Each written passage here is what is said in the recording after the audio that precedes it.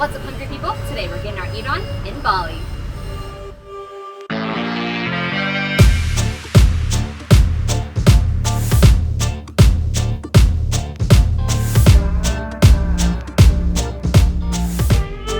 A few weeks ago, I had the opportunity to join my husband on one of his work trips to Indonesia. And not only that, we had postponed our honeymoon for 2 years. So when we found out that his company was sending him on a trip to Southeast Asia, we immediately made plans to tack our honeymoon on at the end. If you want to check out what it's like to fly first class on an international flight, click that pop-up for even more foodie travel content. Don't forget to hit that subscribe button while you're here so you can travel along with us as we explore Indonesia and beyond. The first part of our trip was spent in Jakarta, where we explored the malls and ate our way through the city. But all of this was done with the undertone of anticipation for our week-long adventure to Bali. So after a week in the Big Durian, we hopped on a plane, flew past a few volcanoes, and took a quick cab ride inland to the Adiwana Unagi resort in Ubud. Tucked up into the rice-field hills and away from the bustling city center of Ubud is a little slice of paradise. I mean, the entire place is paradise, but this place seems almost unreal. The walk to our room felt like it was straight out of a fairy tale.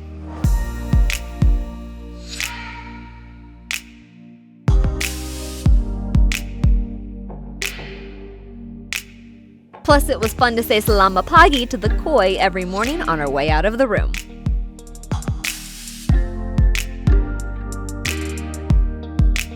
The view from our room was even more unreal, overlooking a picturesque jungle hillside and infinity pool inspired by the neighboring rice fields. Every morning for breakfast, we ordered from Eli's Kitchen, the attached restaurant to the resort. For our first morning, my hubby had the ultimate chicken brunch, with a pan-fried chicken roulade, a fresh salad with poached egg, honey mustard vinaigrette, and bamboo Bali powder on the side. And I am obsessed with eggs benny of any kind, so when I saw the My Mom Benedict, yes, that is the real name, I knew I had to try it. 2 thick and crispy English muffins are topped with ham, a perfectly poached egg, baked tomato, and hollandaise sauce on top. All of the breakfast came with the freshest fruit that was so vibrant and so sweet it was like tasting what fruit was supposed to taste like for the first time. You also get a side of fresh croissants and butter and jellies. All in all, it was a very fulfilling way to start out each day of adventuring. After breakfast, we took our hotel shuttle to the center of Ubud. One thing to know about Bali, and most of Indonesia for that matter, is that traffic is going to be a thing. So make sure you prepare extra time for any slowdowns along the way to your destination.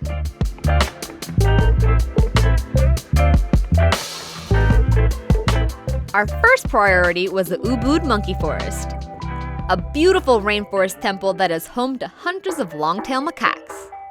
Tucked beneath the kapak trees is a sanctuary for the local monkey population and a tourist destination, but it's also home to 3 functioning Hindu temples: the Padantegal Great Temple of Death, the Bejai Temple for bathing, and the Prajapati Temple for burial.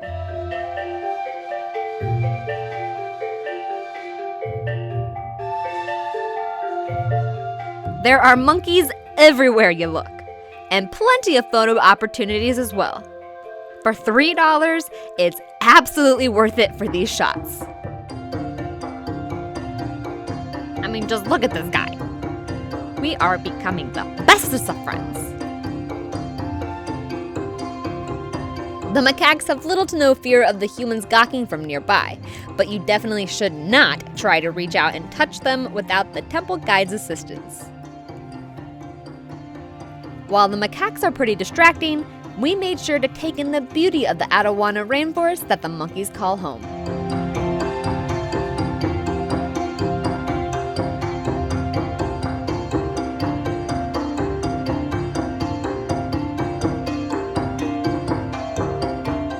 Between the rainfall gorge beneath and the towering canopy above you, this is truly a place where you can feel at one with nature.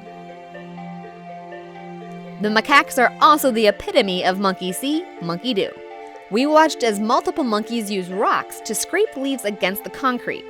Does anybody know what they're trying to achieve by doing this? Let me know if you know what's up in the comments, because we never did find out. My absolute favorite part about the monkey forest was the central pool. Here the monkeys splash around and even swim underwater.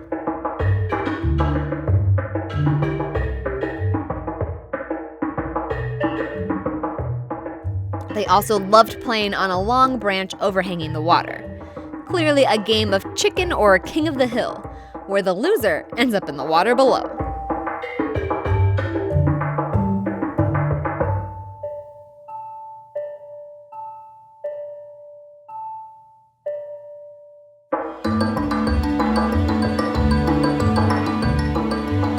After the monkey forest, we caught a cab to the Tegenungan Waterfall in the village of Kamena.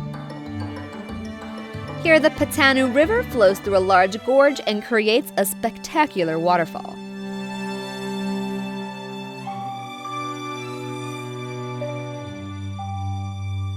Bali is known for its beautiful waterfalls, another one of which falls behind us in the Omma restaurant and day club. Getting down to the waterfalls is a little bit of a hike, so at this point we were beyond starving. For my lunch, I got the Japs prawn sandwich, which was crispy tempura prawns served on an open-faced baguette and topped with sambal and katsuobushi. I was also quickly becoming obsessed with Aperol Spritz, something that I recently had for the first time in Little Italy in Cleveland. My hubby had the chicken melt sandwich, which came on toasted brioche and was stuffed with egg omelets, spicy cheese and marinated chicken, and of course, a cold bintang on the side. Then for my dessert, I got a dragon bowl, which is similar to what we would think of as a smoothie bowl here in the United States. My bowl was packed with frozen mashed dragon fruit with yogurt and topped with berries, bananas, granola, and shredded coconut. It was the perfect way to cool off on a hot afternoon. Afterwards, we grabbed a cab back to the resort. Driving through this city never disappoints. And then once you start getting away from the city, the streets fade away into rice fields and residential homes.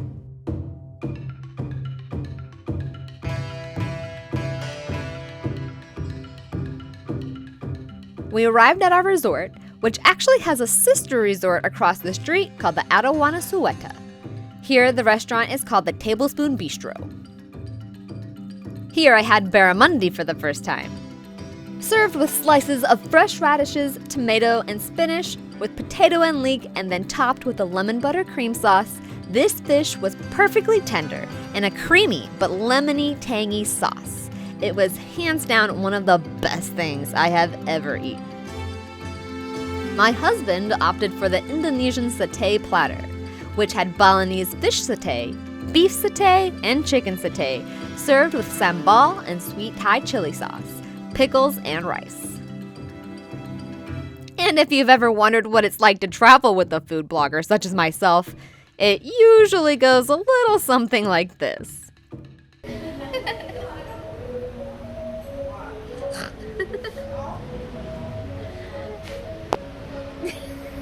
Is this what it's like? Yeah, that's what... She's doing it again. Because you looked it up the first time. Shame her Snapchat. I was back at it again the next morning for breakfast, however, where my hubby went simple with the duo croissant and scramble, and I went extravagant with the Kentique Mini French toast that came with a berry jam, dulce de leche, crunchy granola, exotic pandan custard, and vanilla bean ice cream to top it all off. We wanted to fill up before another full day of exploring. We started the morning off at the Ubud Palace in central Ubud. The palace is small, but everywhere you look there are beautiful and intricate demon faces and monkey gods carved into the stone. The palace is free to visit, but I recommend you get there early like we did to avoid the crowds.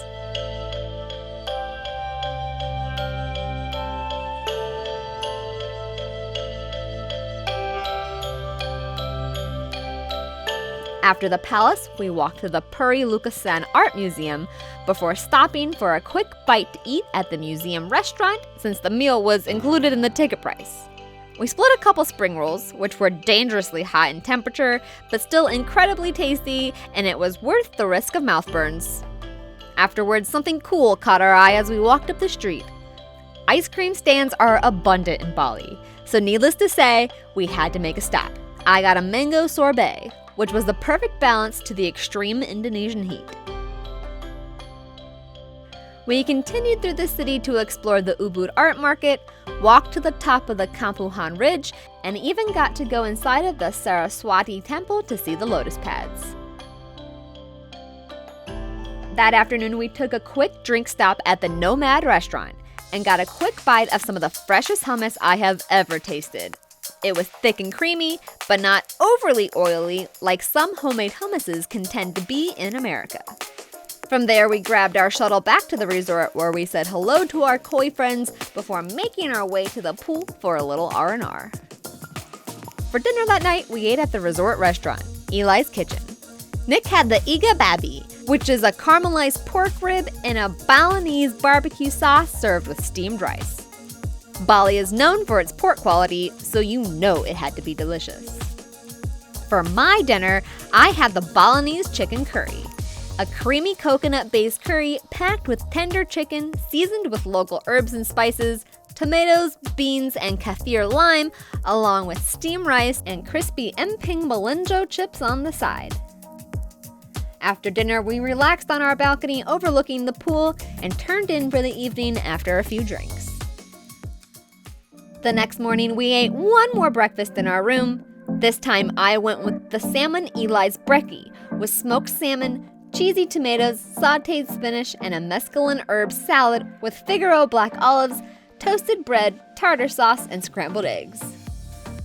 I knew I couldn't leave Bali without getting on one of the many Bali swings located throughout the area, so that morning we made our way north to the Aloha Swings.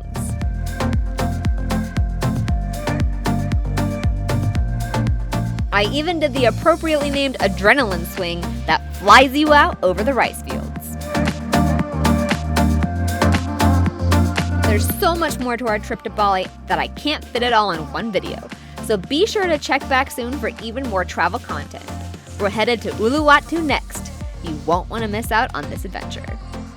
If you liked this video, don't forget to flip that sub button and ring the dinner bell so you can be notified of my latest recipes and foodie adventures that I post almost weekly. And don't forget you can follow me over on TikTok, Instagram, and Facebook for even more delicious content. If you ever get hungry, head on over to thestarvingchefblog.com where you can find recipes and more with step-by-step instructions. I hope you all enjoyed, and I can't wait for you to join me on our next adventure.